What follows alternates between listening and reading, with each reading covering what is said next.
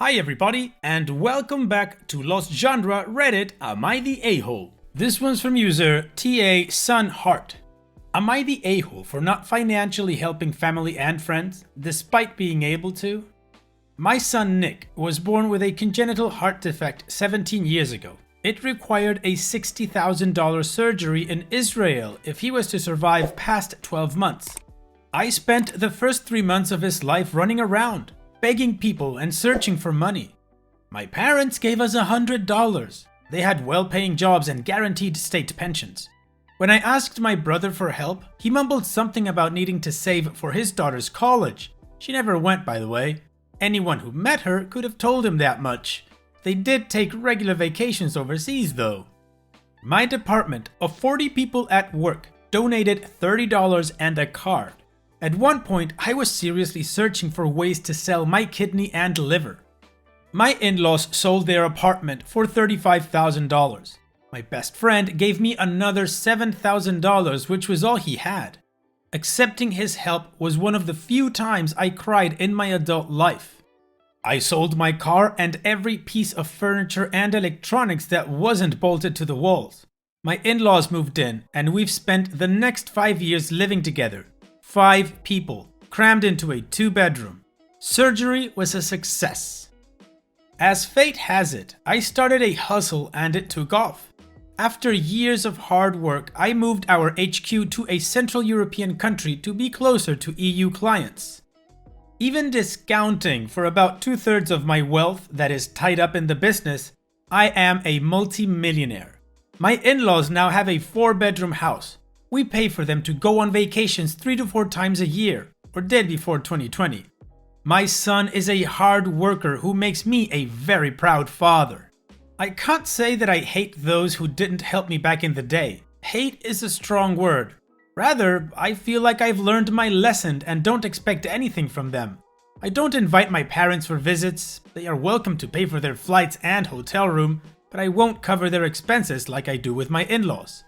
My brother asked for a loan to start his business 5 years ago. I said the time wasn't right.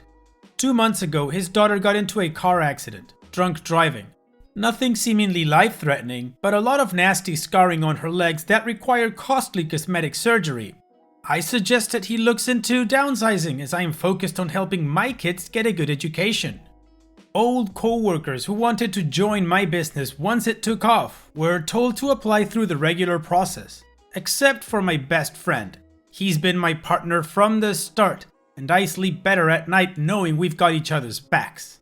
It comes without saying, there have been lots of very unhappy people in my life. In our culture, you're expected to support your community and family. Do favors. Nepotism is very much an ingrained thing. You're supposed to bring over your family if you're lucky enough to root yourself in the Western world. Help friends emigrate. My parents told me to my face they are ashamed of me and how the Western culture has changed me. I've been called many things, way worse than an a-hole and heartless. After hearing my story, tell me Reddit, am I the a-hole? The judgment is not the a-hole. Now let's take a look at the top comments. Sad Responsibility 93 says, not the a-hole. Your in-laws sold their $35,000 house to help you. Your best friend gave you all he had to help your son. Nobody else helped you or even pretended to help you and your son. Your in-laws deserve everything you're giving them because they were one of the only people there for you at your absolute lowest. You were going to sell your kidney for your son because nobody else helped you. Having your old co-workers who did not help you beg to get into your business don't deserve it. And not only that, but it's 100% fair that they are to apply just as anyone else.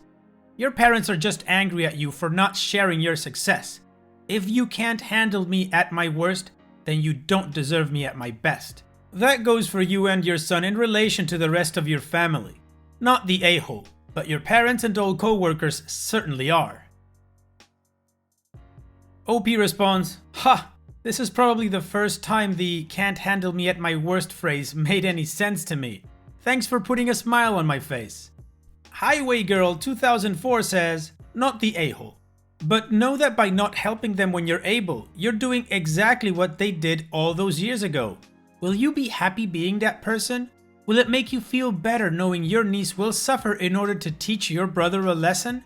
I get not paying for vacations, having former coworkers apply through regular channels, but I hope you reconsider helping with your niece's surgery. OP responds, putting aside the question of my niece, which I'll answer in the next paragraph, I am fine with being that person. I think the family dynamic has been established 17 years ago by them. I will not deny for a minute that I am bitter even after all these years. So while I don't actively think of the situation or try to hurt them, I have a ready answer when I hear a request for financial support from them. For my niece, I see it differently than you, to be honest. She is 27, so okay, perhaps not old enough to earn enough to pay for medical expenses, but smart enough to know not to drink and drive.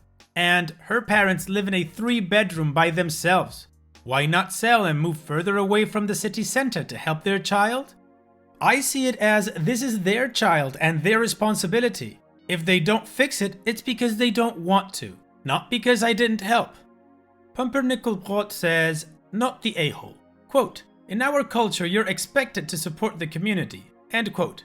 They didn't support you when it was a literal life and death situation for your son. You don't owe them anything. Good for you that everything went so well in your life. Keep supporting those that supported you, like your in-laws and best friend. OP's edit. To those wondering why my parents had a pretty lukewarm response, if you can even call it that, the surgery had a 40% success rate. They thought we should let nature run its course and instead try for a new baby. It may sound horrendous to Westerners, but it's not that cold of a statement to someone in our home country. But obviously, wife and I didn't take it well. Edit 2. To user Highway Girl 2004. I will talk to my wife about helping our niece. I stand by what I said. It's on her for putting herself in this position and her parents to help her fix it. So, I won't cover the whole cost, but I will ask my wife if we should cover half. The more I think about it, the more I'm leaning towards this being the right answer. Okay, OP, let's get the tiny things out of the way first. Those co-workers that expect you to take them to your business, yeah, screw them and let them just go through the proper channels. What really hit me hard was the fact that your parents were just like, yeah, whatever, let nature run its course and try for another baby. You say that it's not that cold of a statement in your country. Fine, but this was their grandchild. And they were only willing to give $100 just because the operation had a 40% success rate? As a parent, I'd go nuts like you too, man. I don't care if it was a 10% success rate, 1% success rate. It doesn't matter. That doesn't matter when your kid's life is on the line. That does not matter. I'm really happy the operation was a success and that your son is now 17 years old and that he got to live life. So yeah, you're not the a-hole at all. And honestly, I think you've earned the right to be as petty as you want with them. Yeah, usually it's nice to be the bigger person or take the higher road, but in this case, screw it and screw them. It's the tough situations in life that really show you who your family is, and in this case, your in-laws and your best friend are your family, and they deserve everything you're giving them. Anyways, my commentary's gone long enough now. What do you guys think about this whole situation? Do you think OP's the a-hole? Let me know in the comment section, and in the meantime, let's continue with the update to see what happened after this. So, it's been a couple of months. I've learned my lesson not to ask 17-year-old kids on Reddit questions about real life and made some decisions. Haha. First of all, a lot of you did make valid suggestions that I took to heart. I spoke to my parents candidly about why I distanced myself from them. They were clearly ashamed, and I think it's that shame and pride that kept them from reaching out and apologizing years ago. My mom kept her face covered with her hands for most of the call. She was clearly sad. Anyway, I ended up telling them I would never want to see them go destitute, so if they are in poor health or need help with the basic necessities, I'm obviously a call away. Otherwise, things have stayed the same. Next, about my niece. Here's where I disagree hard with most Redditors. She's a 20-something-year-old girl who made a tremendously stupid mistake. She took down a pole driving drunk and will pay for that with her physical appearance and health for the rest of her life. It could have been worse. Thankfully, that's all it was. I talked to her, and as a first step, we paid for her initial scar treatment. Some silicone dressings, steroid injections to improve the healing. They can't do the removal surgery until they heal properly and things settle down, so could be another 6 months to a year before they reassess. She asked if I can also help her find a rehab. She wants to pay for it herself. She admitted to having a problem, and I won't go into why she started drinking, but I hope none of the haters have the same reason to turn to a bottle. I also talked to my brother that he's got a year to come up with half the cost of her surgery. If he doesn't come through, we'll have a conversation, but I think the fire is lit under his butt, and I'm covering half for sure. I'll remind people we aren't prosecutors and judges, so when it comes to moral judgment, we should do what we believe is right. I stand by my choices to keep my family at arm's length, but not let them fall into poverty if it comes to it. And I support my niece in her attempt to better herself. Thanks to everyone who commented and offered advice. User HighwayGirl2004 will give you a separate shout out. Lastly, please don't send me requests for money. I've read every sob story under the sun after my last post. I'm not an idiot. I wasn't born yesterday, and to know that any 12-year-old with a keyboard can write a mean tearjerker. I offered tremendous monetary support and my time to local organizations that I can actually see providing support to those in need, so I sleep well at night. Don't bother cursing me out for being heartless. If you're in real need, seek assistance from your local organizations. Best of luck, everyone, and take care.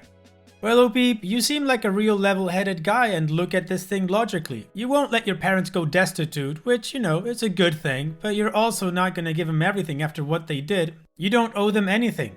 Regarding your niece, yeah, it could have been worse. She could have killed somebody. She put other people's lives in danger, and maybe that's what made her realize that she needs to get help. So it's a good thing that you're helping her out. Not necessarily about the surgery, but about the rehab. I'm guessing that if your brother hadn't been an idiot, you probably would have helped your niece anyway. Because let's face it, she's not at fault for your brother being a bad brother. As for the rest, all the best to you, your wife, and your son. I hope you guys keep enjoying life and, reaping the benefits of everything that it's given you. All the best, OP. And now, let's move on to the next post. This one's from user AITA Son Wedding Inv. Am I the a-hole for not inviting my son to my wedding? So, this looks really bad. Also, wedding will happen in January 2022, but we sent the invitations way before the wedding. I, 42 male, have a 21-year-old son from my late wife, whom we lost 10 years ago. She was diagnosed with an aggressive form of multiple sclerosis when my son was 7, and it was a hard 4 years for all of us. It was devastating. We lost her in the hospital after a kidney infection at age 39. My son never managed to get himself together after her death, and he always blamed me on the issue. It was exhausting. I tried therapy for myself and my son individually, and we tried family therapy also, but it never worked, and we decided to separate our lives amicably in the therapeutical space. It was heartbreaking, but needed. I gave him the inheritance from his mom. It was left to me, but I gave it. And he moved to my sister-in-law's house.